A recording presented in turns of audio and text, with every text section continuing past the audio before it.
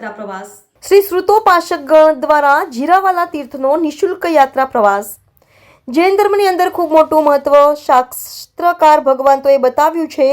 100 વર્ષથી વધારે જે જગ્યાએ પરમાત્મા પૂજાયા હોય તે જગ્યા તીર્થ બની જાય છે એમ જાણીતા જૈન અગ્રણી દીપક શાહે જણાવ્યું હતું।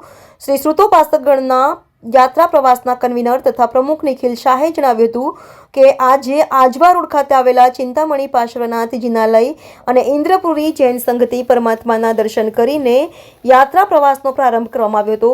આ યાત્રા સૌથી પ્રથમ જીરાવાલા તીર્થ રાજસ્થાન ખાતે પહોંચી ત્યાંથી નાકોડાજી, જેસલમેર, કાપડાજી, સાડેરાવ, લોદરવા જૈન તીર્થનો 5 દિવસનો યાત્રા પ્રવાસ જૈન સાધર્મિકો કે જેઓએ જીવનમાં બધી જગ્યાએ યાત્રા કરી નથી તેવા ભાવિકોને નિઃશુલ્ક લઈ જવામાં આવે છે। દરેકને ફળ, નૈવેદ્ય તથા બટુઆ દેરાસરમાં મૂકવા છૂટા નાણાંની પ્રભાવના પણ કરવામાં આવી છે। યાત્રામાં જોડાયેલા અગ્રણી તુષાર શાહે જણાવ્યું હતું કે જે સાધર્મિકો બહારગામથી આવ્યા છે કે દૂરથી આવ્યા છે તેમને જવા આવવાનું રિક્ષા ભાડું તથા બસ ભાડું પણ આપવામાં આવે છે। આ આખી યાત્રા એક જ લાભાર્થી દ્વારા લેવામાં આવે છે।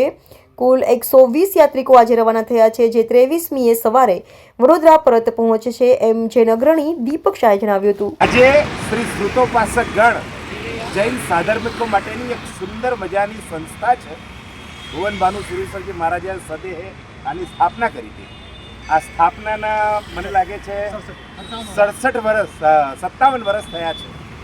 આપણી પાસે આ જે યાત્રા છે નિઃશુલ્ક યાત્રા થવાની છે એના જે મુખ્ય સંયોજક છે નિખિલભાઈ શાહ। નિખિલભાઈ આ જે યાત્રા પ્રવાસ છે એ ક્યાં જવાનો છે, કેટલા દિવસનો છે અને કેટલા યાત્રિકો આમાં જોડાયા છે અને કયા કયા સ્થાનો ઉપર જવાના છે એ વિગતો તમારા દર્શક મિત્રો જણાવો। આજે ઇન્દ્રપુરી જૈન સંઘના પ્રાંગણમાં ઊભા છીએ। શ્રી ચિંતામણી પાર્શ્વનાથ દાદાના દર્શન કરીને આજે આપણે શ્રુતોપાસકગણના નેજા હેઠળ સીધા સાધર્મિકોને લઈને રાજસ્થાનના યાત્રા પ્રવાસો જઈ રહ્યા છે। આ યાત્રા પ્રવાસ સંપૂર્ણપણે નિઃશુલ્ક એટલે કે જે સાધર્મિકોની આવક મર્યાદિત છે એવા સાધર્મિકોને સમાજના અમને ડોનેશન આપનારા ડોનરોને સહયોગથી અમે આજે આ યાત્રા પ્રવાસો દર વર્ષે કરતા હોઈએ છીએ। સોનામાં સુગંધ પડે તેમ આ વર્ષે આ યાત્રા પ્રવાસ ફક્ત એક જ વ્યક્તિના અનુયોગથી અને છતાં એ વ્યક્તિ પોતાનું નામ આપવા તૈયાર નથી। આજે એ વ્યક્તિના સંપૂર્ણ સહયોગથી આજે રાજસ્થાનના જેસલમેર તરફનો યાત્રા પ્રવાસ અમે આજે લઈને નીકળી રહ્યા છીએ। આ 17 તારીખ રાતે નીકળીશું, 23 તારીખ સવારે 5 વાગ્યા સવારના પોરમાં પાછા આવી જઈશું। આ 5 દિવસ અને 6 રાતનો અમારો આ પ્રવાસ અમારા રાજસ્થાનના જીરાવાલા પાર્શ્વનાથ, નાકોડા પાર્શ્વનાથ, જેસલમેર, લોદરવા પાર્શ્વનાથ, કાપોડાજી આ બધા તીર્થોની યાત્રા કરીને એટલે મુખ્ય તીર્થો થયા। એમ તો અમે 11 થી 12 તીર્થોની સ્પર્શના કરવાના છીએ અને ત્યાંથી અમે 23 તારીખે સવારે પાછા આવવાના છીએ। કેટલા યાત્રિકો છે? યાત્રિકો અમારી સાથે અમે લોકો ટોટલ 120 જણ છે। અને કયા કયા ગામના છે?